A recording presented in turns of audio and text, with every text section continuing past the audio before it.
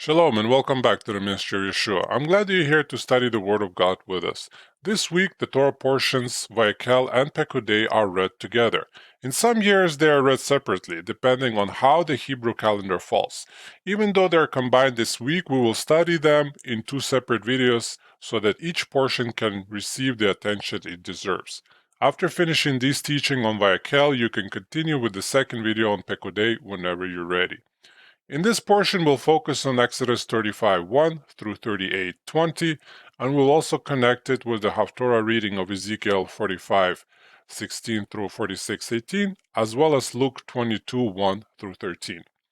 As we study these passages together, we'll explore their wisdom, their beauty, and see how their message still speaks powerfully into our lives today.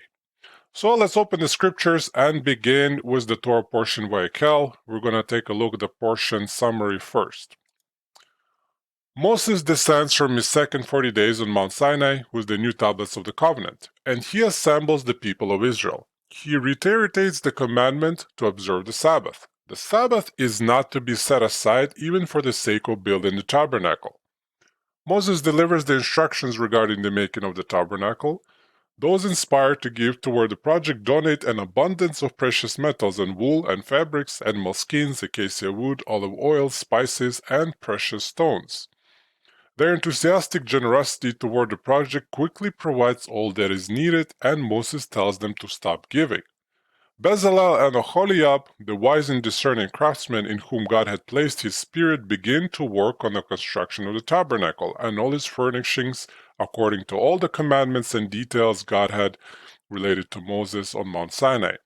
They set to work making the 10 tabernacle curtains of linen woven with the tabernacle's colored fabrics, hang by 100 loops and 50 clasps. They make curtains of goat hair to cover over the tabernacle and a roof of red-dyed ram skins and purple skins.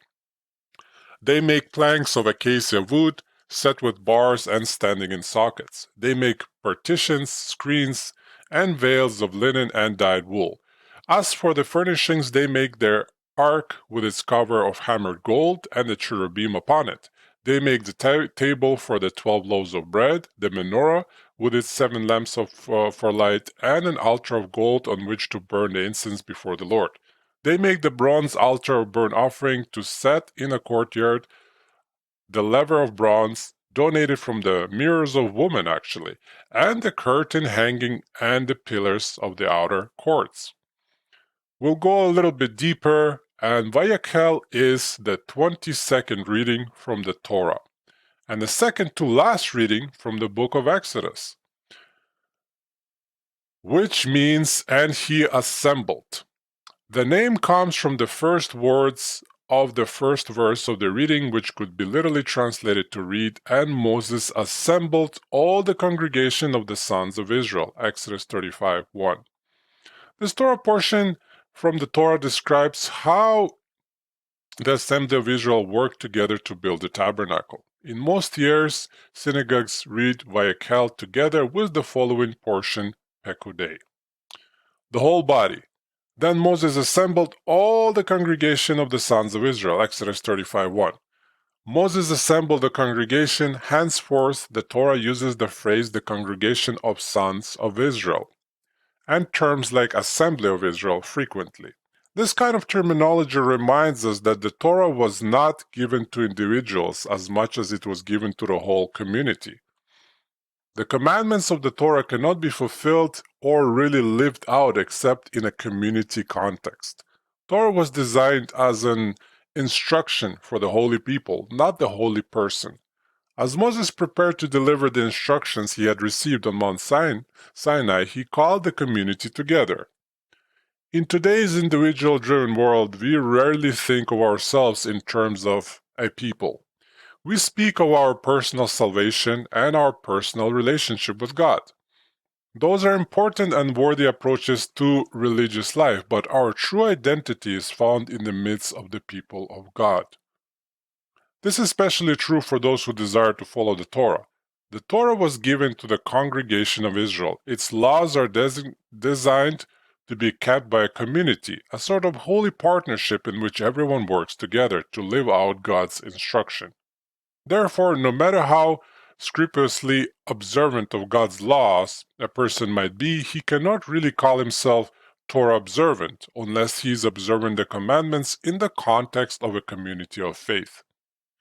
The building of the tabernacle illustrates the type of cooperation God desired for his people as they labored together to fulfill his instruction.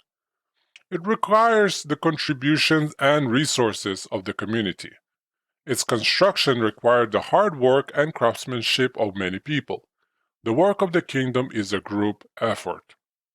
The apostles make it clear that even though the temple on earth no longer exists, together we form a holy temple of God's Spirit. Paul says, "Do you not know that you are a temple of God, and that the Spirit of God dwells in you?" 1 Corinthians 3:16.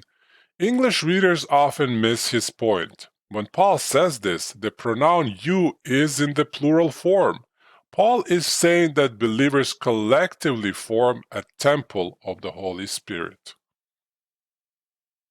Going to church with Moses. Then Moses assembled all the congregation of the sons of Israel and said to them, "These are the things that the Lord has commanded you to do." Exodus 35:1. You may have grown up going to church on Sundays. You may have grown up going to synagogue on Saturdays.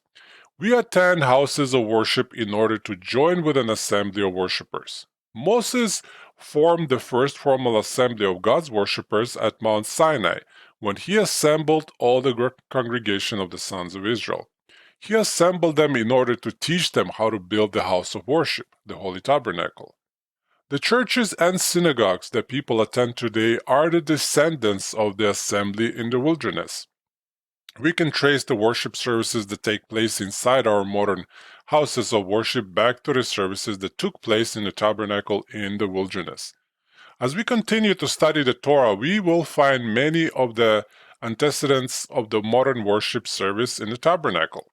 So let's take a quick look at the sweep of historical continuity between the tabernacle and today's churches and synagogues.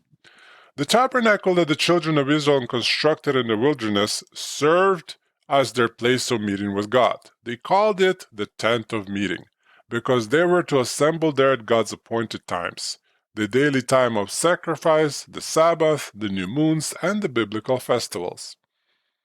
At the tabernacle, they were to hear the Torah read out loud to them. When King Solomon built the temple in Jerusalem, he replaced the tent of meeting with a more permanent temple of stone. The temple in Jerusalem became the place of assembly, just as the tabernacle had been.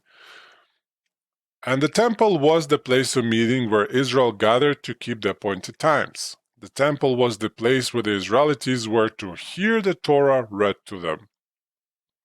After their return from the captivity in the days of Ezra and Nehemiah, the people began to gather locally in small assemblies in imitation of the assembly at the temple in Jerusalem.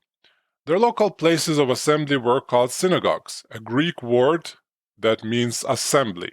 People could gather for times of prayer, Sabbath, and festivals. They heard the Torah read in the synagogues. They prayed the prayers that were prayed in the temple at the times of sacrifice. The synagogue services reflected the temple services in Jerusalem.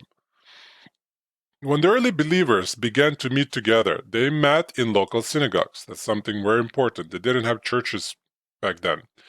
As they grew in number, they formed their own places of assembly. So after that, they had house churches and even their own synagogues. The worship services in these assemblies were modeled directly after the synagogue services.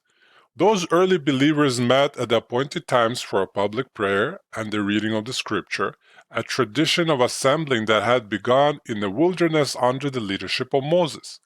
Church services continued to evolve. Nevertheless, the high church masses of today retain unmistakable similarities to a synagogue service. Protestant worship services evolved from those masses. Today, a typical church service still meets at appointed times, usually once in 7 days, reflecting the Sabbath concerns, offers corporate prayer and worship, and features reading from the Bible and accompanying teaching. Today's synagogue and church services began with the assembly at Mount Sinai. The writer of the book of Hebrews warns the early believers not to forsake assembling together. The commandment assembling together is one of the most difficult spiritual disciplines. I once heard a humorous proverb that said, "All together up in heaven, what a glory! All together here on earth, a different story." It would not be so difficult to be a private believer in one's own convictions outside of fellowship with other believers. Anyone who has experienced the difficulties of congregational community life knows that it would be far easier to live the life of faith in isolation from other believers. A person might say to himself, "Who needs all this congregational stuff? I'll just stay home, read my Bible, pray, and be a good person." That would be a lot easier than suffering the hurt feelings, personal disappointments, and inner congregational politics that characterize an assembly of religious people. So why does God insist that we assemble together? One of our friends used to say that people are like rocks. When left to themselves, they remain rough and unpolished, but when thrown in a hopper with other rocks, they bounce off one another, knock each other's hard edges off, and come out shining and polished. So perhaps the commandment to assemble with other believers has a similar result. Forcing believers into community with one another is God's way of polishing our souls. Kindling a fire on Sabbath. You shall not kindle a fire in any of your dwellings on the Sabbath day. Exodus 35:3. Before giving the children of Israel their instructions for building the tabernacle, Moses reminded them of their obligation to the Sabbath day. It would have been easy for them to justify setting aside the Sabbath for the purpose of building the tabernacle. They could have said, "Surely it is permissible to perform the work of building a tabernacle on the Sabbath. After all, it is holy work." Lest they fall into this error, Moses repeated the prohibition against work, melacha, on the Sabbath day. In addition, he added a specification saying, "You shall not kindle a fire in any of your dwellings on the Sabbath day." Exodus 35:3. Why did God prohibit the Jewish people from making a fire on the Sabbath day? Some suggest that it was because making a fire was a lot of work in those days, since it is much easier to make a fire in today's world. We should not be concerned with the prohibition. Actually, it was not so difficult to make a fire. The ancient Israelites were not cavemen. They did not rub two sticks together. Making a fire is not prohibited on the basis of how much work it requires. It is prohibited because it constitutes melacha, the act of creation. By initiating combustion, a person creates light and heat, transferring matter into energy. When we burn something, whether it is a log in the fire or the button in a cigarette lighter, we are engaging in the process of manipulating the elements of creation to pass from matter or gas to energy. And one of the most important reasons why this prohibition was created is because of cooking. Because many women back in those days needed fire to cook. And since you shouldn't be cooking on the Sabbath, one of the most important prohibitions was for them not to create a fire. And the prohibition explains why Jewish people light Sabbath candles before the Shabbat begins. It is not forbidden to enjoy a fire on Sabbath, so as long as the fire is lit before the Sabbath. To ensure the Sabbath keepers are not left sitting in the dark on Friday nights, Jewish law requires the Sabbath lamps to be lit about 20 minutes before the Sabbath begins. Similarly, furnaces and stoves are stocked up before the Sabbath. It is a matter of preparing for God's holy day. In a metaphorical level, we could interpret this commandment as a prohibition on starting a quarrel on the Sabbath day. The Sabbath is to be a day of peace. We should be careful to set our arguments and bad dispositions before God's holy day. This is a story of our friend. So he reached out to us and he said when his children were young and his wife was far more lenient and forgiving of the children on Sabbath than on the other days in order to avoid tension in a household on that day. So he learned that lesson more slowly. In his zeal to do Sabbath just right, he often stepped into the role of Sabbath policeman on Shabbat. scolding the children for being irreverent during the table blessings and pressing the family with what he considered to be important matters of religious duty on Sabbath. His pushy attitude made the Sabbath unpleasant for everyone. He was kindling emotional fires on the Sabbath day. Now, when God tells us not to kindle a fire on the Sabbath, we should avoid fiery tempers and hot, angry words as well, both at home and in our communities. The good heart. Take from among you a contribution to the Lord. Whoever is of a willing heart, let him bring it as the Lord's contribution, gold, silver, and bronze. Exodus 35:5. When Moses announced the plan to build the tabernacle, he did not hire any fundraising consultants. He did not need a high-pressure pledge drive. Moses asked only those with willing hearts to give to the work of the tabernacle.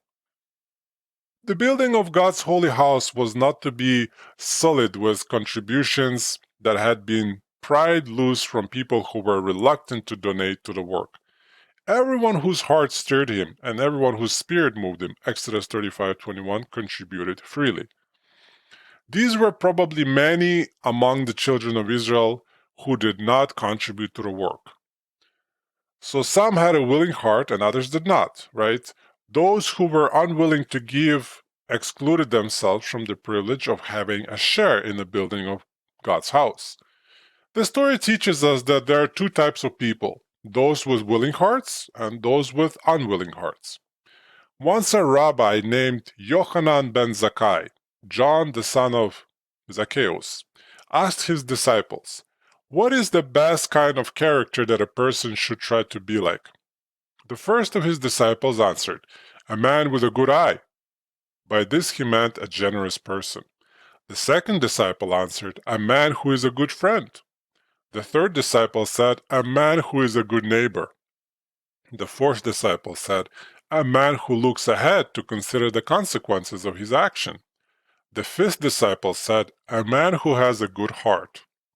Rabbi Yochanan replied, "I like the last answer the best, because it includes all the other answers."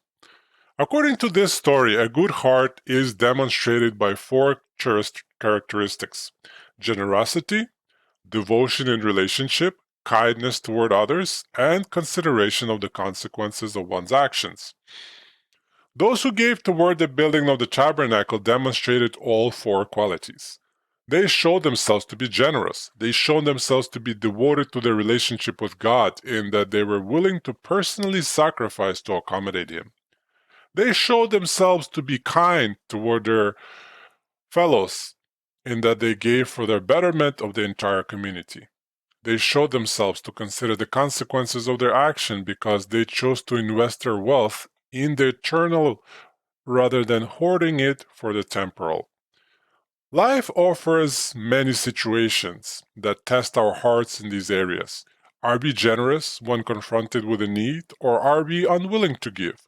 Do we prove ourselves loyal to those we are in relationship with, family and friends, or do we disappoint our loved ones? Do we love our neighbors as we are commanded to do, or do we treat them with indifference? Do we consider the ramifications of our actions before committing them, or do we do as we want regardless of the outcome? This is the difference between a good heart and a bad heart, a willing heart and an unwilling heart. Many of the children of Israel proved themselves to have willing hearts. They gave to the work of the tabernacle generously. Everyone chips in. So again, let every skillful man among you come and make all that the Lord has commanded. Exodus 35:10.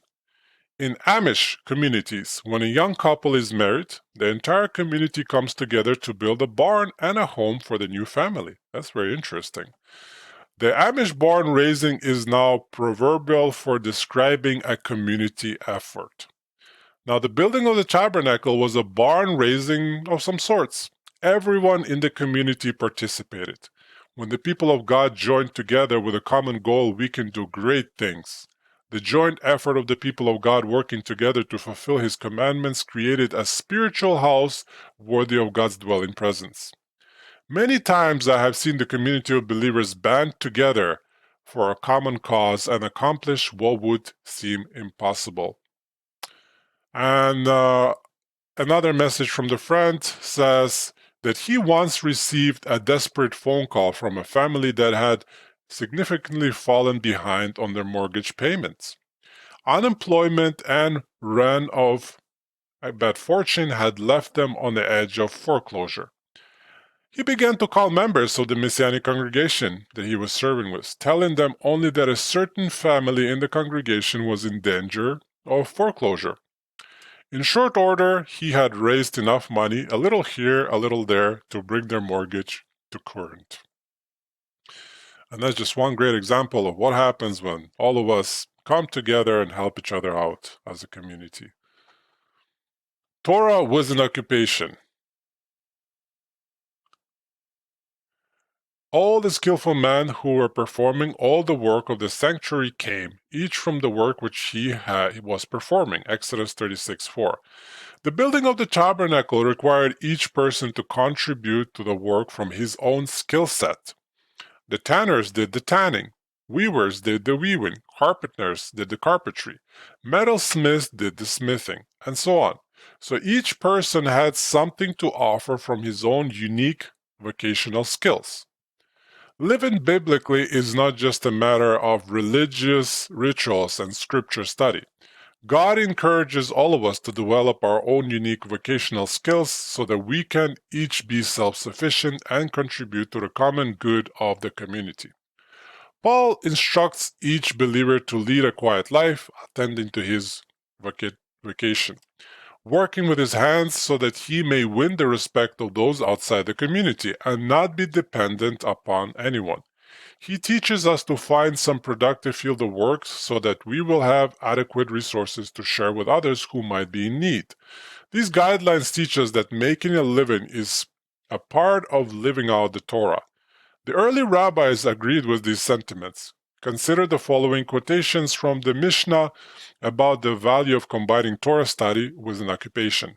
It says this: the study of the Torah is excellent when it is combined with a worldly occupation because the effort required by both keeps sin out of the person's mind. But when there is no worldly occupation, the study of the Torah amounts to nothing and leads to sin. Let everyone who works in the community work for the sake of the name of heaven. And that's from M. Avot 2:2. According to this view, a person should always combine his pursuit of spirituality with the pursuit of an income. To concentrate solely on religious matters is out of balance and will eventually lead to ruin.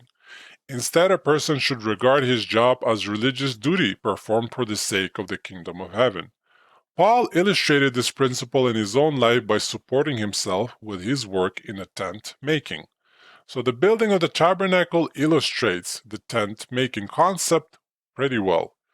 The combined efforts of the people of God as they labored in all their respective fields resulted in the building of God's house. Too much. They said to Moses, the people are bringing much more than enough for the construction work which the Lord commanded us to perform. Exodus 36:5. Have you ever heard a pastor, a rabbi, or a congregational leader say to his congregation, I'm sorry, brothers and sisters, but you have contributed too much to the offering. We are going to have to ask you to stop giving so much money to this ministry. Probably not. But that is what happened when Moses asked the children of Israel to contribute to the building of the tabernacle. They were so eager to participate in the great mitzvah, the good deed, of the tabernacle that they donated too much. It did not occur to Moses to use the surplus to build an expansion onto the tabernacle or put the money towards some other tabernacle ministry, such as new chore robes for the Levites.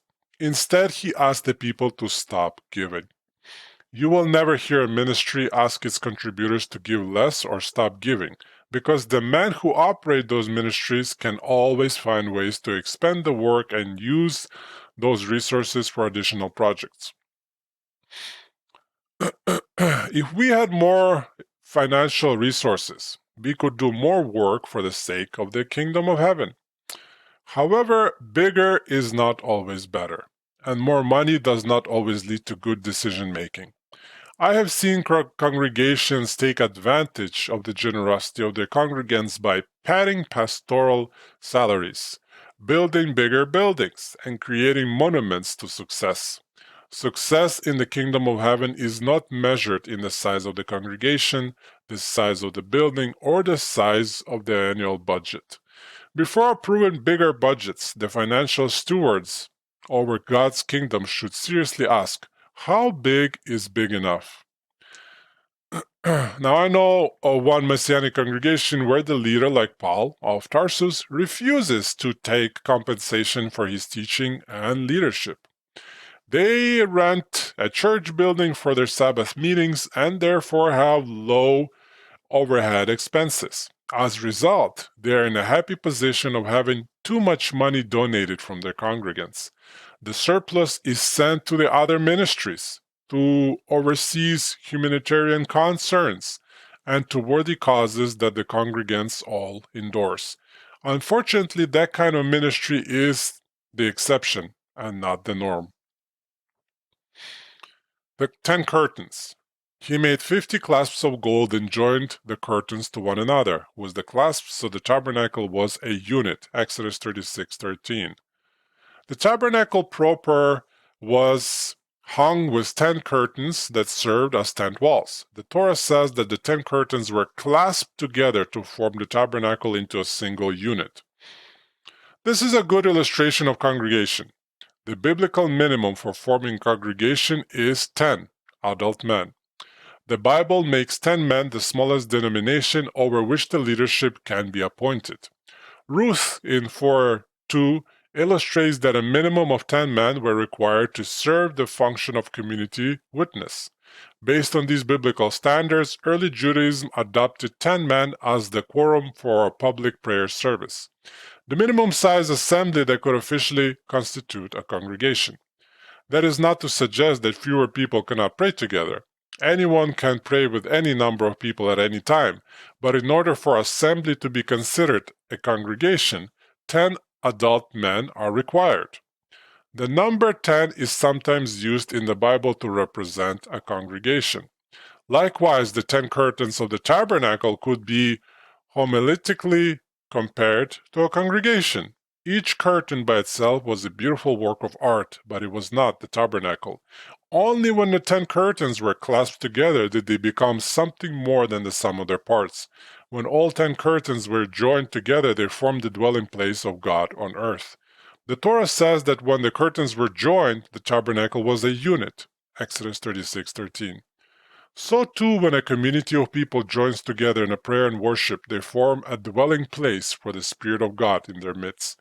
They are more than the sum of their individual parts. That is the beauty of congregational assembly. The Lost Ark. Now Bezalel made the ark of acacia wood. Its length was 2.5 cubits, and its width 1.5 cubits, and its height 1.5 cubits. Exodus 37:1. The children of Israel constructed the Ark of the Covenant according to the specifications revealed to Moses on Mount Sinai. The Ark of the Covenant has an interesting history.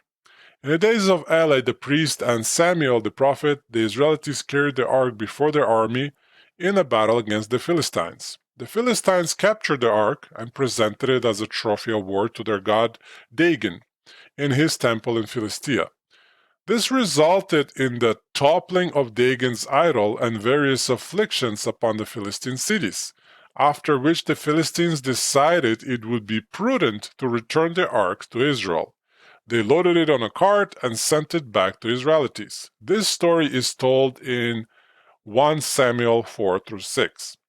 King David brought the ark to Jerusalem, and King Solomon brought the ark into the Holy of Holies in his new temple in Jerusalem. There it remained for more than 4 centuries, until the Babylonian destruction of Jerusalem and the temple in 586 BCE. No one knows what happened to it at that time. When the Jewish people returned from captivity in the days of Ezra and Nehemiah and rebuilt the temple in Jerusalem, they did not make a new ark. They built replicas of all the other temple furnishings, just as Solomon had done, but they did not feel that they had the Almighty's permission to make a replica Ark of the Covenant. Therefore, the Holy of Holies was left arkless throughout the entire Second Temple period. The sages explained that inside the Holy of Holies was a foundation stone, a piece of bedrock on which the ark used to sit during the days of the First Temple. So some of the sages insisted that the ark was carried away by the Babylonians and never seen again. Others held that Jeremiah the prophet or King Josiah had hidden the ark away prior to the Babylonian conquest. One tradition has it that the ark was hidden in a secret cellar below the chamber of the woodshed, where wood for the altar fires were kept. There it remained hidden throughout the Babylonian destruction, but its location was forgotten. According to this tradition, it once happened in the days of the Second Temple that a priest, willing away his time in the chambers of the woodshed, noticed that one of the floor pavers was different from the others. He was about to lift it to investigate when he was struck down dead. Later, two priests were gathering wood for the altar when one dropped his axe on that same paver. Fire leaped up from the floor and killed him. Though stories like these are entertaining, but they don't have reliable historical basis. The prophet Jeremiah says that in the Messianic era, when all nations are gathered to Jerusalem, the Ark of the Covenant will not even be missed. Jeremiah 3:16 through 17. This implies that though it will not be missed, it will still be missing. The lost menorah. Then he made the lampstand of pure gold. He made the lampstand of hammered work. Its base and its shaft, its cups, its bulbs, and its flowers were one piece with it. Exodus 37:17. The children of Israel made the golden lampstand, menorah, according to the pattern that the Lord had shown to Moses. The menorah had received nearly as much speculation as the lost ark. The original menorah made for the tabernacle seems to have been lost at the time the ark was captured by the Philistines. When Solomon built his temple, he created 10 replicas of it for the illumination in the first temple. Solomon's menorahs were all lost during the Babylonian siege. It seems that returnees from Babylon who built the second temple followed the original tabernacle model and only made one primary menorah for the sanctuary. In the centuries before the gospel, the temple in Jerusalem was defiled by the infamous Antiochus Epiphanes. This tyrannical king converted God's holy house into a sanctuary to the Greek god Zeus. The book of 1 Maccabees reports that he took the menorah and other golden furnishings as plunder. When Jewish freedom fighters under the leadership of Judah Maccabee and his brothers took the reclaimed temple, they had to make new furnishings. One scrap of the Legion has it that they quickly made a menorah of iron bars to serve until they would have time and resources to replace it with a golden one.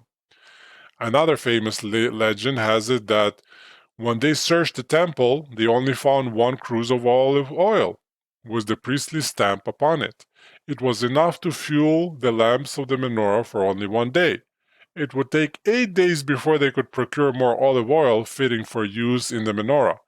Uncertain of what to do, they decided to keep the commandment of lighting the menorah as best as they were able. They lit it, fully expecting it to exhaust the oil and burn out the same day. Miraculously, the oil lasted for 8 days, until new oil could be obtained. The annual festival of Hanukkah commemorates their military victory. Some say that Hanukkah is celebrated for 8 days because of the miracle of the oil that burned for 8 days. The iron menorah of Maccabees was replaced with a proper golden one which burned brightly for 2 centuries. When the Romans destroyed Jerusalem and sacked the temple in 70 CE, the Roman general Titus carried off its treasures. Josephus, an eyewitness to the siege, described seeing the table of the bread of presence and the menorah paraded through the streets of Rome as part of the victory celebration. The scene from that parade is depicted on the Ark of Titus, a monument to the victory, which still stands in Rome today. The bust engraved on the ark is like a photograph of the actual temple menorah. No one knows what happened to it after that. Absurd rumors persist that the Vatican has it hidden away in their treasuries, but there is no real evidence to support such notion. It was probably melted down by Vespasian and Titus and used to finance their building projects, but who knows? Close encounter at the incense altar. Then he made the altar of incense of acacia wood, a cubit long and a cubit wide, square and 2 cubits high. Its horns were one piece with it. Exodus 37:25. The children of Israel made the golden incense altar that was to be placed directly in front of the Holy of Holies. The priesthood offered incense on it daily in conjunction with the daily burnt offerings. The job of offering incense was a coveted duty. The priest who offered the incense came as close to the Holy of Holies as a common priest could come. In the days of apostles, the priesthood had grown so large that the duty of burning incense was a once-in-a-lifetime opportunity. Each morning, the priests on duty would draw lots to see who the lucky one would be, or as I would call it, a more fortunate one, since luck does not exist. Once a priest had won the draw and had the opportunity to offer incense, he was disqualified from the future lotteries for the privilege. In the days of the master, there lived an elderly priest named Zechariah.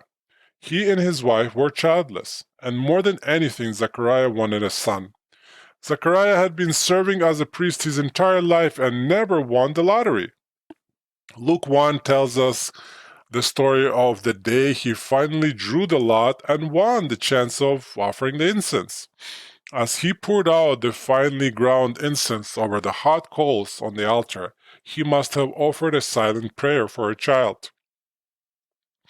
As the cloud of sweet-smelling smoke filled the sanctuary, he prostrated himself before the Lord, as was the custom of the priesthood. When he stood back up, an angel was standing in the right side of the altar. It was the angel Gabriel. Zechariah was troubled when he saw the angel, and fear gripped him. But the angel said to him, "Do not be afraid, Zacharias, for your petition has been heard, and your wife Elizabeth will bear you a son, and you will give him the name John." Luke 1:12-13. The job of offering incense was a great opportunity to petition God. Imagine if you had the chance to stand right in front of the Holy of Holies and pour out your heart to the Most High. Believers in the Messiah do have such an opportunity. When we pray in the Master's name, we are granted access beyond the veil in the Holy of Holies in the heavenly temple. The writer of the book of Hebrews says that we have confidence to enter the holy place by the blood of Yeshua, by a new and living way which he inaugurated for us through the veil, that is, his flesh. Hebrews 10:19-20. He goes on to say that since we have Yeshua as our great high priest, we should feel confident to draw near with a sincere heart in full assurance of faith. Hebrews 10:22. The mirrors of the woman. Moreover, he made the laver of bronze with its base of bronze from the mirrors of the serving woman who served at the doorway of the tent meeting. Exodus 38:8. The women of the community brought their copper mirrors to contribute toward the building of the tabernacle. According to a midrash retold by Rashi, when Moses first saw the women bringing their copper mirrors, he thought, "How can I accept these contributions for God's holy tabernacle? These are instruments of the evil inclination, for example, vanity." But the Holy One, blessed is he, said, "Accept them, because these contributions are the dearest to me of all. For by means of them, the woman established many legions of offspring in Egypt." In the Midrash, God regarded the mirrors as worthy of the tabernacle because the Hebrew woman under the Egyptian bondage had used them for the holy purpose of building the families of Israel. How so? Under the misery and affliction of slavery in Egypt, the families of Israel were in danger of diminishing. So the women used the mirrors to beautify themselves in order to continue to allure their husbands, despite the Egyptian mistreatment, resulting in the Israelites multiplying all the more. And the Torah says, the more they afflicted them, the more they multiplied, and the more they spread out. Exodus 1:12. This charming interpretation of the mirrors reminds us that even primping and beautifying oneself is a matter of holiness when it is done for the purpose of keeping the flame of marriage alive.